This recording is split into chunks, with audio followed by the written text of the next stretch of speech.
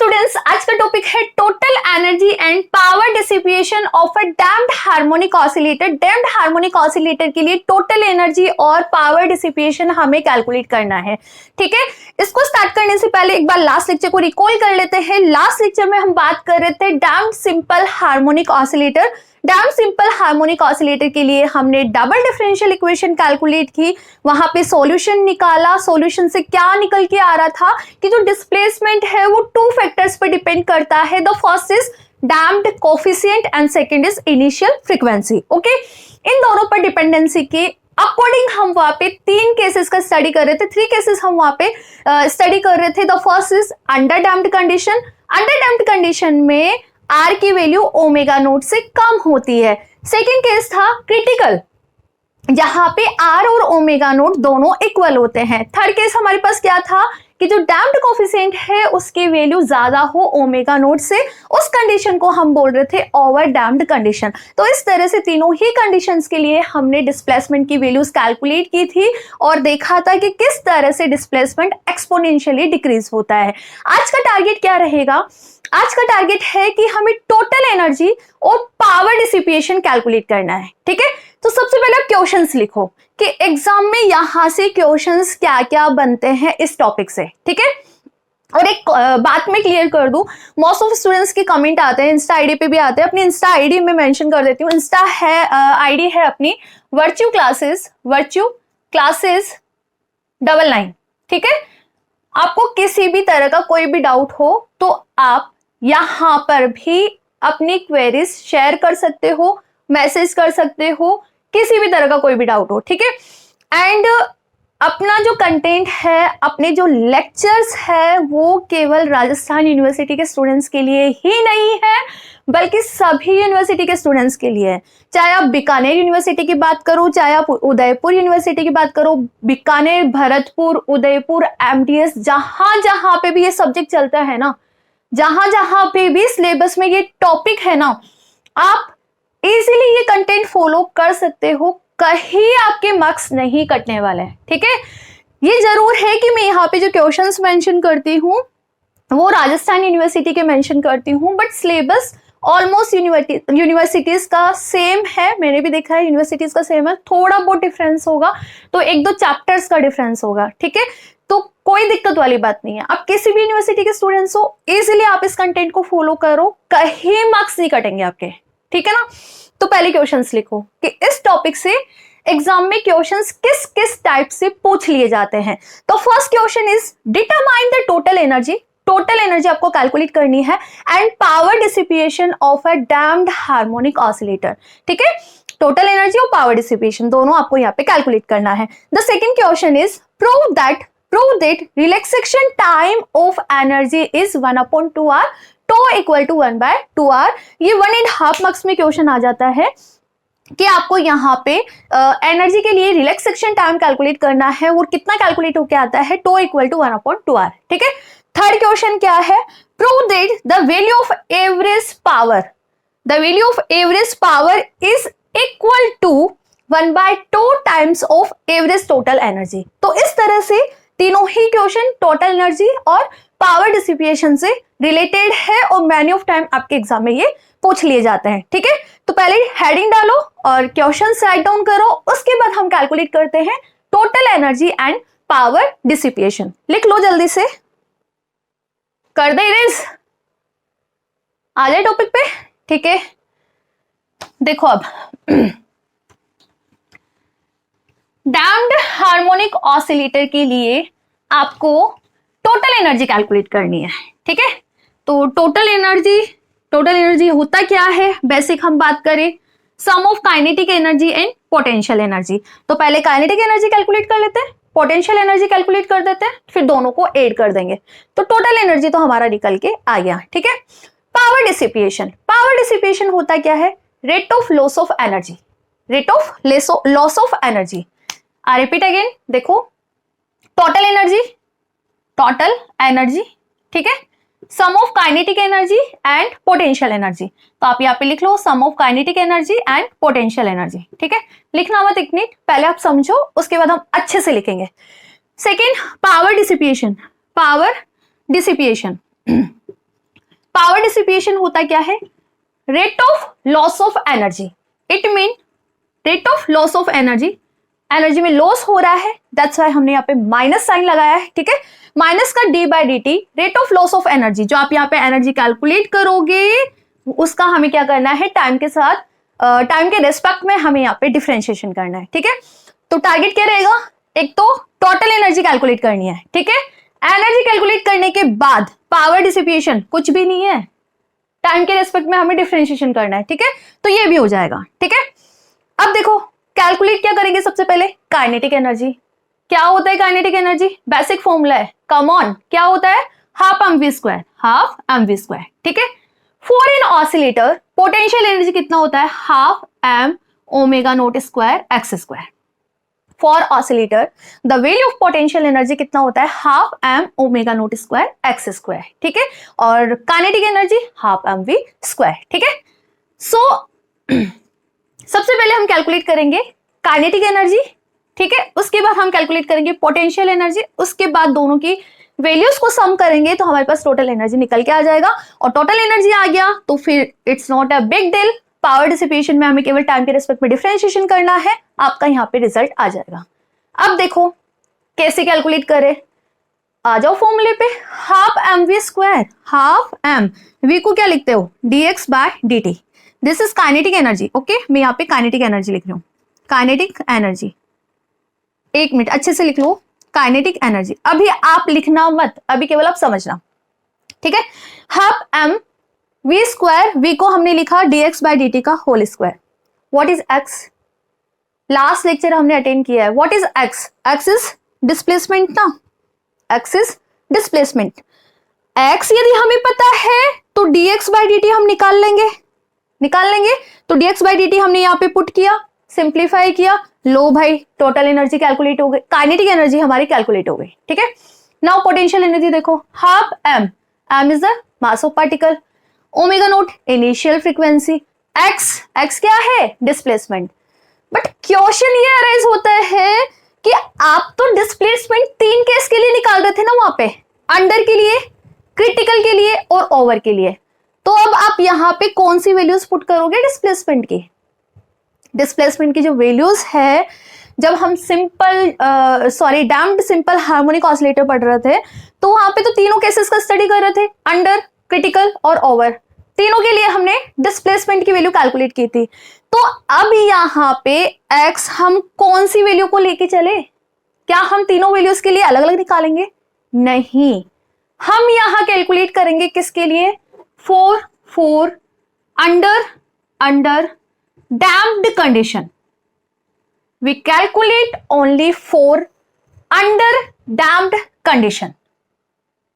Under damped condition, ठीक है। अब क्वेश्चन अराइज होता है व्हाई, हमारे पास तो क्रिटिकल और ओवर 2 केसेस और भी तो है, फिर हमने केवल यहाँ पे अंडर डैम्प्ड कंडीशन ही क्यों सेलेक्ट की है? देखो अच्छे से याद करो, अंडर डैम्प्ड कंडीशन में the value of damped coefficient is less than initial frequency, याद है?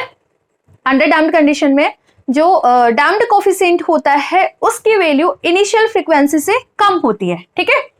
डैम्प्ड कोफिशिएंट कम है, इट मीन डैम्प्ड फोर्स की वैल्यू बहुत कम है यहाँ पे। Under damped condition, damped force की वैल्यू क्या है? बहुत कम है, ठीक है। सुनना हो अच्छे से सुनना, for only one oscillation and in one time period, अभी सुनना केवल, लिखना मत, ठीक है। So for in the condition of under damped condition, ठीक है, अंडर डैम्प्ड की हम बात करें जब r is less than omega naught है, ठीक है। For one oscillation and in one time period, क्या हम डैम्प्ड फोर्स की वजह से जो एम्पलीट्यूड डिक्रीज हो रहा है उसको नेग्लेक्ट कर सकते हैं, या फिर हम उसको अज्यूम कर सकते हैं एज ए नेग्लिजिबल। हम क्या इसको नेग्लेक्ट कर सकते हैं? देखो द कॉन्सेप्ट इज, यहां तक तो कोई दिक्कत नहीं है, कि नॉर्मल फॉर्मूलाज बता दिया कि काइनेटिक एनर्जी, पोटेंशियल एनर्जी ये होता है half mv square, kinetic energy होती है, potential energy half m omega naught square X square होता है। अब इसको सिंप्लीफाई करने के लिए हमें x चाहिए, और x होता क्या है, डिस्प्लेसमेंट, ठीक है। बट जब हम डैम्प्ड हार्मोनिक ऑसिलेटर का स्टडी कर रहे थे तो वहां पे तो हमने तीनों केसेस का स्टडी किया अंडर, क्रिटिकल एंड ओवर। तीनों के लिए x की वैल्यू डिफरेंट डिफरेंट आ रही थी, ठीक है। तो फिर हमें यहाँ पे x की वैल्यू कौन सी पुट करनी है, डिस्प्लेसमेंट हमें यहाँ पे क्या पुट करना है, हम ये जो कैलकुलेट करेंगे ना टोटल एनर्जी और पावर डिसिपेशन, वो हम कैलकुलेट करेंगे only for under damped condition. Under damped condition में x हमने कैलकुलेट किया था, याद हो आपको, तो x नोट e की पावर माइनस का RT, ठीक है, साइन ओमेगा t प्लस जाई, ये कैलकुलेट होके आ रहा था। तो हम यहाँ पे x, जहां जहां x आ रहा है ना वहां वहां हम ये वैल्यू यूज में लेंगे। अब क्यों यूज में ले रहे हैं वो मैं आपको समझा रही हूँ। क्यों यूज में ले रहे हैं कि अंडर डैम्प्ड कंडीशन में जो डैम्प कोफिशिएंट होता है उसकी वैल्यू इनिशियल फ्रीक्वेंसी से कम होती है। डैम्प्ड कोफिशिएंट कम है तो डैम्प्ड फोर्स भी तो कम होगा। In this condition for only one oscillation, में केवल एक ऑसिलेशन की बात कर रही हूँ, ठीक है, केवल ओनली एक ऑसिलेशन के लिए और एक टाइम पीरियड के लिए जो डिक्रीज हो रहा है amplitude due to damped force, जो एम्पलीट्यूड में डिक्रीजमेंट हो रहा है, डिक्रीज हो रहा है, उसको हम यहाँ पे नेग्लिजिबल लेके चलेंगे। यदि हम उसको नेग्लिजिबल लेके चल रहे हैं तो हमें यहाँ पे कुछ भी नहीं करना, सिंपल ये फॉर्मूला जो हमने यहाँ पे राइट डाउन किए हैं इनको सिंप्लीफाई कर दो बाय दिस वैल्यूज, आपके वो ही आंसर हो गए, ठीक है। क्यों? क्योंकि जो एम्पलीट्यूड में डिक्रीज हो रहा है वो तो हम नेग्लेक्ट करके चल रहे हैं, तो बेसिक फॉर्मूला जो ऑसिलेटर के लिए काम में आते हैं हमें वो ही तो यहाँ पे यूज में लेना है, ठीक है। तो कॉन्सेप्ट पकड़ो, पहले कॉन्सेप्ट समझ आया ना। हमें तीनों कंडीशंस के लिए यहाँ पे सिंप्लीफाई नहीं करना, टोटल एनर्जी और पावर डिसिपेशन हम केवल कैलकुलेट करेंगे फॉर अंडर डैम्प्ड कंडीशन, ठीक है। आइए अब सिंप्लीफाई करें। देखो कैसे लिखना है और स्टार्टिंग कैसे करनी है वो मैं आपको समझा देती हूँ। बेसिक पकड़ में आ गया ना।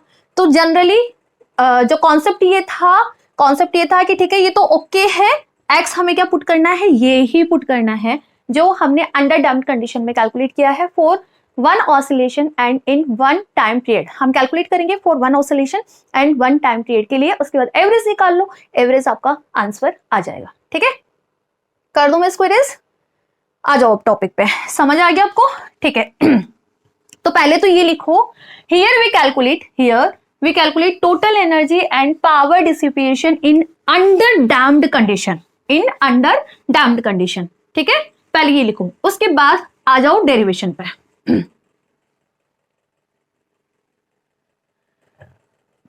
समझ तो आया ना आपको।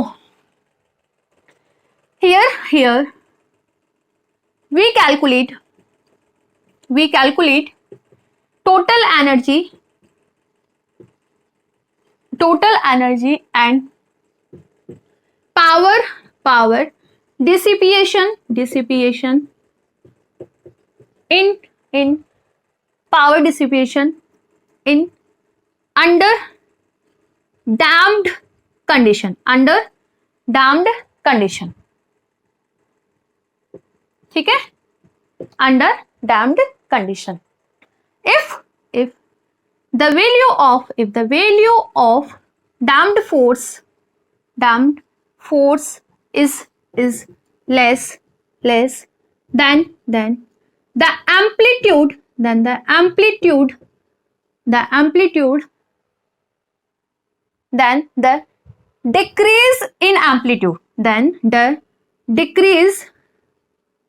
decrease in amplitude decrease in amplitude of an oscillator can be assumed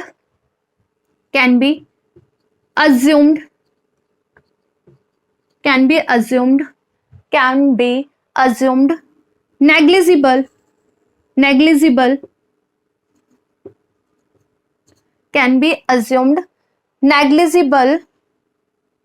if the value of damped force is less than the decreases in amplitude of an oscillator can be assumed to be negligible. So So the total energy in one time period is बताओ क्या होगी? One time period के लिए total energy equal to sum of kinetic energy and potential energy ठीक है. For one oscillator sum of kinetic energy and potential energy. Here we calculate mean energy. ठीक है. यहां हम क्या करेंगे? मेन एनर्जी कैलकुलेट करेंगे. ठीक है. तो मेन टोटल एनर्जी को मैं E से डिफाइन कर रही हूं, which is equal to mean energy of kinetic energy and sum of potential energy. कोई डाउट नहीं है ना? या फिर हम बात करें तो E equal to half M we square and plus half M omega naught square X square. This is value of potential energy for an oscillator and this is value of kinetic energy. ठीक है. So first हम यहाँ पे calculate करेंगे average kinetic energy, फिर हम calculate करेंगे average potential energy और हम दोनों का सम करेंगे तो टोटल एवरेज एनर्जी या टोटल एनर्जी हमारा यहाँ पे कैलकुलेट होके आ जाएगा. ठीक है. सो लिख लो पहले से. Here we calculate the total energy and power dissipation in under damped condition. If the value of damped force is less, then the decreases in amplitude of an oscillator can be assumed to be negligible. So that total energy in one time period is sum of kinetic energy and potential energy. So here we calculate mean energy equal to mean energy of kinetic energy plus mean energy of potential energy. ठीक है. So first target calculate कर लेते हैं. ये कर दो yes. ठीक है. अब देखो कैसे कैलकुलेट करें. कोई दिक्कत नहीं है. अंडर डैम्प्ड कंडीशन पहले तो लिख लो. अंडर डैम्प्ड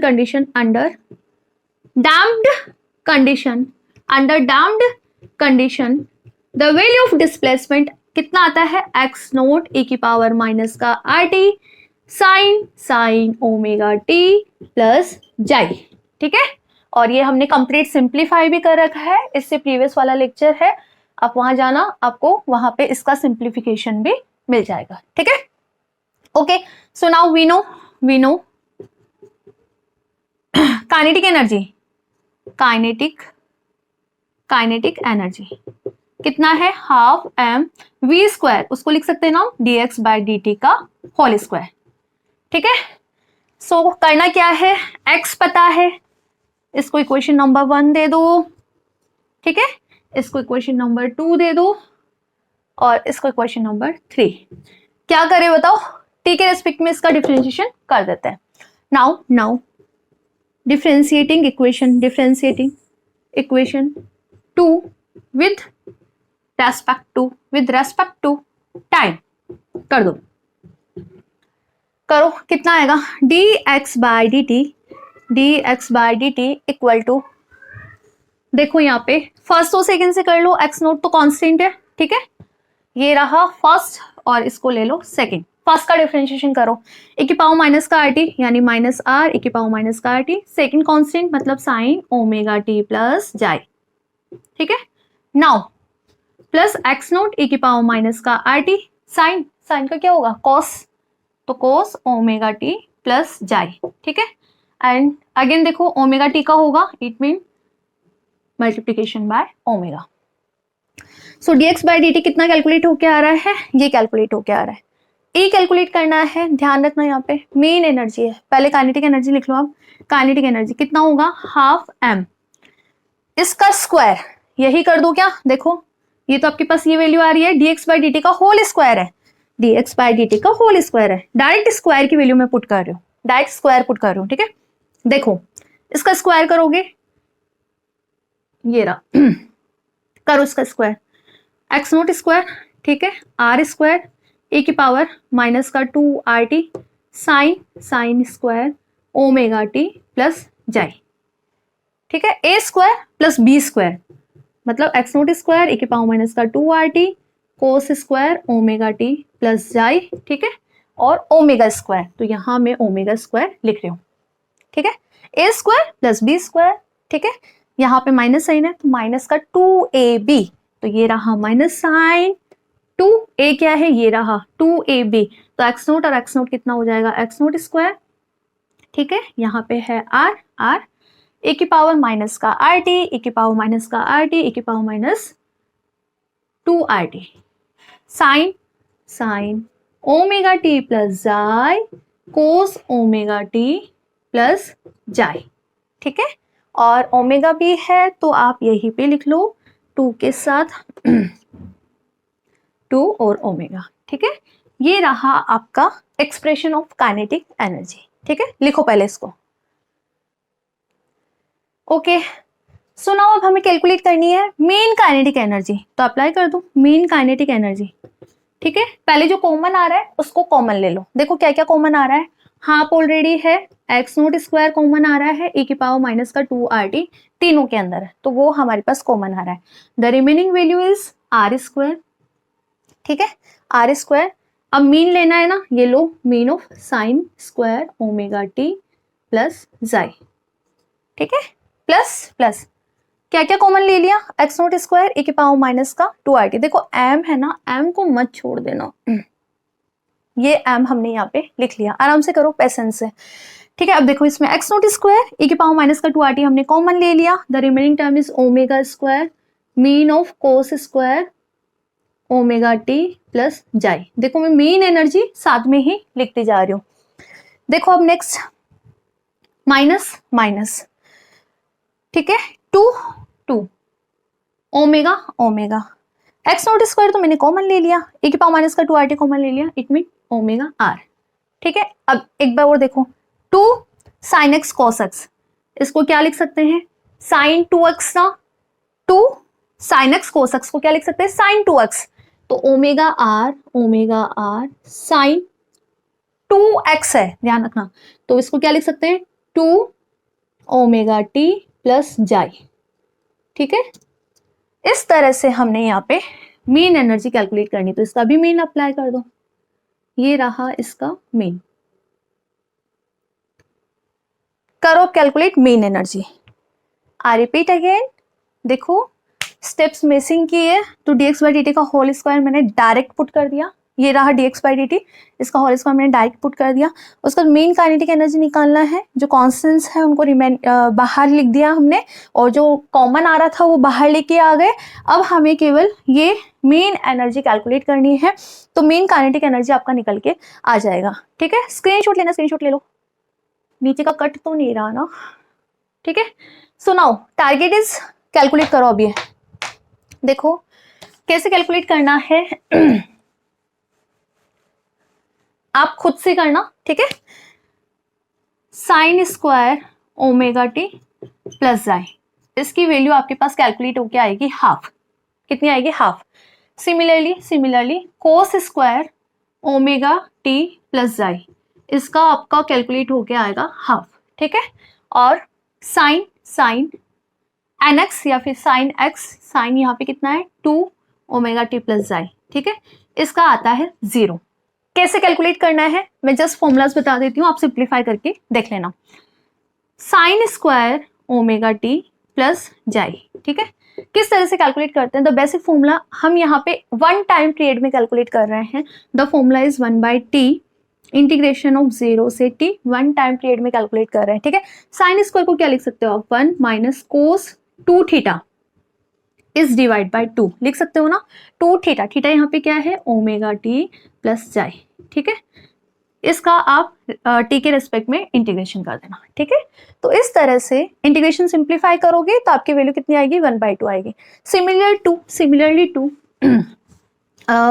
कोस स्क्वायर के लिए कर लेना, cos square omega T plus जाई, सेम ही फॉर्मूला है 0 से t, देखो इसको क्या लिख सकते हो 1 प्लस कोस 2x, तो 1 प्लस कोस 2x, ठीक है, इसको भी आप सिंप्लीफाई कर लेना, इसकी वैल्यू आपके पास कितनी आएगी हाफ आएगी, तो कर दे पुट, यदि हम यहाँ पे वैल्यूज पुट करें तो मेन काइनेटिक एनर्जी कितना निकल के आ रहा है, करो पुट, वैल्यूज यदि हम पुट करते हैं तो आपके पास मेन काइनेटिक एनर्जी कितना निकल के आ रहा है, देखो half M omega naught square X square, कोई डाउट नहीं है ना, ठीक है, half M omega naught square X square, sorry यहाँ पे केवल एक्स स्क्वायर है, ठीक है, एक्स नोट स्क्वायर है, e की पावर माइनस का 2RT, ये अपना आंसर आ रहा है। आगे करो, आर स्क्वायर, ठीक है, इसका हाफ, तो ये रहा R square by 2 plus plus omega square cos square का भी कितना आएगा हाफ, तो ये रहा हाफ, ठीक है, इसका कितना आएगा 0, तो माइनस का 0। कोई डाउट यहाँ तक नहीं है? अब आगे सिंप्लीफाई करना है, कर लो आगे सिंप्लीफाई। कैसे? हाफ कॉमन ले लो इसमें से, तो काइनेटिक एनर्जी आपके पास कितना आ रहा है, देखो half M omega naught sorry X naught square है, एक्स नोट स्क्वायर e की पावर माइनस का 2RT, हाफ यदि इसमें से कॉमन लेंगे तो हाफ और हाफ कितना हो गया 1/4 and the remaining term is R square plus omega square, ठीक है। यदि आपको ध्यान है, लास्ट लेक्चर आपने अच्छे से अटेंड किया है, तो कहीं ना कहीं आपको रिमेंबर होगा कि हम वहां पे ओमेगा स्क्वायर को कंसिडर करके चल रहे थे, याद हो तो आपको, ओमेगा नोट स्क्वायर माइनस का आर स्क्वायर, ठीक है, कंसिडर करके चल रहे थे ना। तो काइनेटिक एनर्जी का आपका मेन एनर्जी कितना निकल के आएगा 1/4 M X naught square e की पावर माइनस का 2RT। पुट करो वैल्यूज, आर स्क्वायर ऑलरेडी है, ओमेगा स्क्वायर आप पुट करोगे plus omega naught square minus का आर स्क्वायर से R square cancel and the value is 1/4 M omega naught M X naught square e की power minus का 2RT, ठीक है, और omega naught square this is value of mean kinetic energy.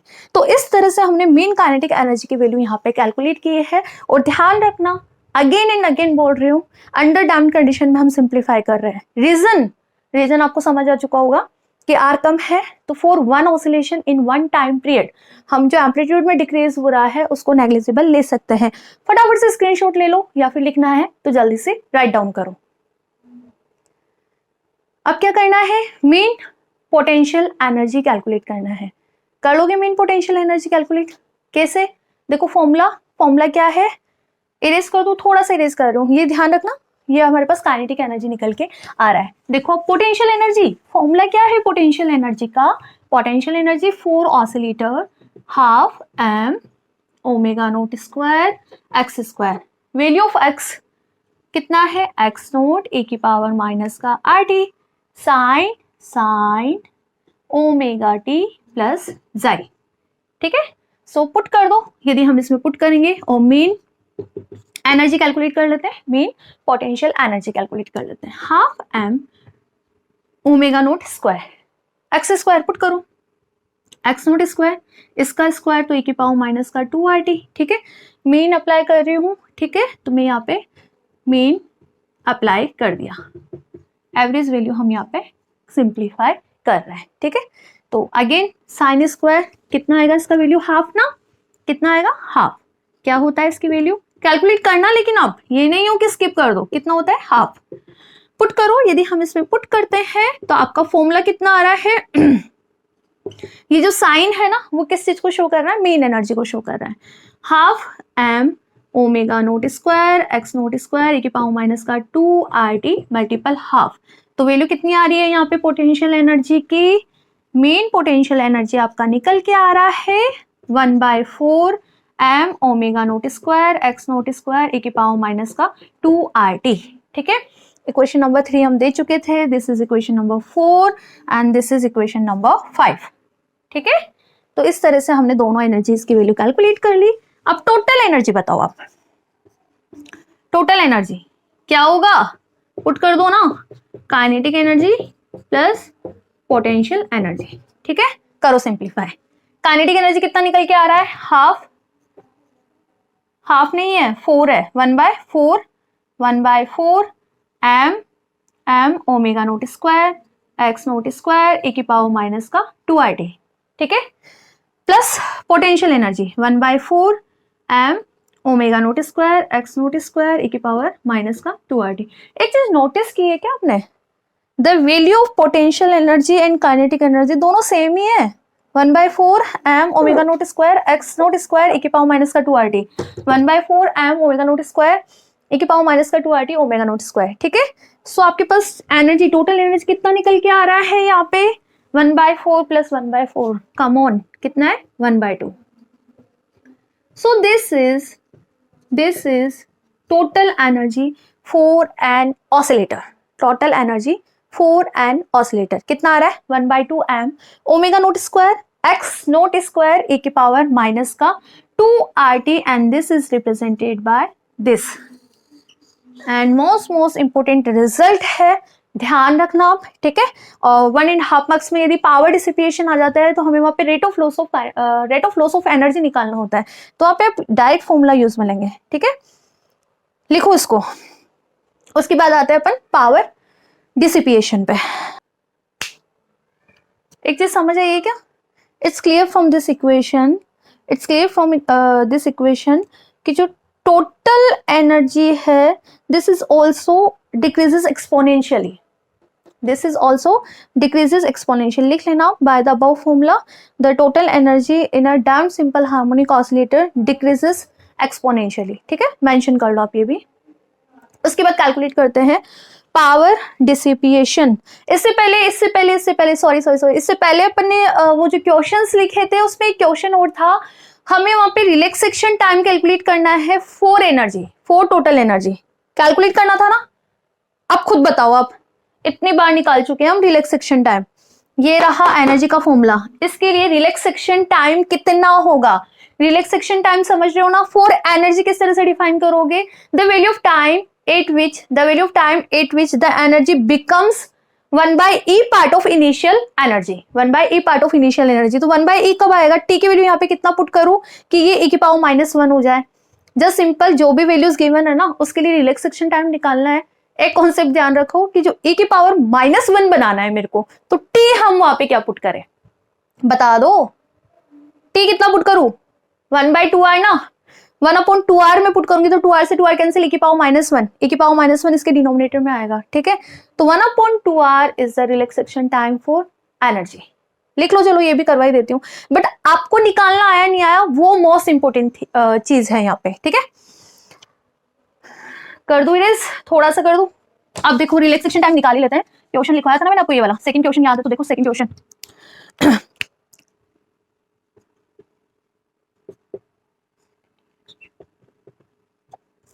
कैसे निकालना है, the time eight which the value of energy, the value of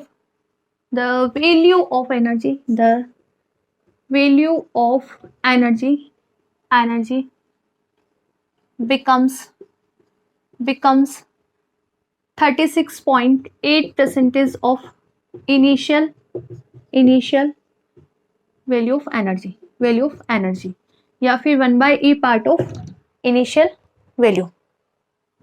so put करो if t equal to 1/2r, if t equal to 1/2r, ठीक है। और कितना आ रहा है e, कैलकुलेट करके देख लो कितना आ रहा है, 1/2 m omega naught square x note square e की पावर माइनस का 2r ऑलरेडी है, मल्टीप्लाई 1/2r, ठीक है, ठीक है। सो देखो e कितना आएगा, 1/2 m omega naught square x naught square is divided by e. This is value of mean energy at relaxation time 1/2r. आप इसको किससे डिनोट करोगे, 2e से डिनोट करोगे। तो 1.5 मार्क्स में भी आता है ये क्वेश्चन। 2e की वैल्यू हमें निकालनी होती है, कितनी होती है फॉर एनर्जी 1/2r। याद रखना, रिजल्ट को याद रखना, ठीक है। बढ़े आगे हमें क्या निकालना है, पावर डिसिपिएशन। कर लेते हैं कैलकुलेट पावर डिसिपिएशन को भी। वैसे अब तो खुद से कर लोगे ना, क्या करना है, माइनस का d/dt of main energy. Main energy की वैल्यू आपको पता है कितनी है, लास्ट इक्वेशन देखो जो बोर्ड पे लिखा हुआ है उसका t के रेस्पेक्ट में जस्ट डिफरेंशिएशन कर दो। चलो आ जाओ, करे पावर डिसिपिएशन निकाले। देखो पावर डिसिपिएशन है क्या यहाँ पे, पावर डिसिपिएशन क्या होता है, rate of loss of energy, rate of loss of energy, ठीक है। या फिर हम बात करें यहाँ पे निकालना है हमें, तो माइनस का D by d T of average energy. ठीक है, करो, क्या करें, टी के रेस्पेक्ट में डिफरेंशिएशन करना है, कर दो, minus d by d t E कितना है, ये रहा 1/2 m omega naught square x naught square E की पावर माइनस का 2RT। ओ यहाँ पे तो केवल एक ही टर्म का होगा, किसका, ओनली इसका। कितना आ रहा है देखो, 1/2 constant quantity m omega naught square x naught square, कर दो, e की पावर nx का कितना होता है, n e की पावर nx। ठीक है, माइनस साइन ऑलरेडी है, माइनस का 2r e की पावर माइनस का 2RT। ठीक है, गॉट इट। अब देखो P equal to minus minus plus sine ना, मैं यहाँ पे क्या लिख रही हूँ देखना एक बार, 1/2 m omega naught square x naught square e की पावर माइनस का 2RT। ठीक है, सो अब देखो देखो एक बार इधर किसकी वैल्यू है, ये मीन एनर्जी ना, जो टोटल मीन एनर्जी निकाला था हमने, this is total mean energy 1/2r, तो ई कितना था 1/2r, तो 2r को आप यहाँ पे क्या लिखोगे, 1/2e। Relaxation time for energy निकाला था ना हमने, so you can write here mean ये क्या बोलते हैं, power dissipation is equal to total energy is divide by tau E.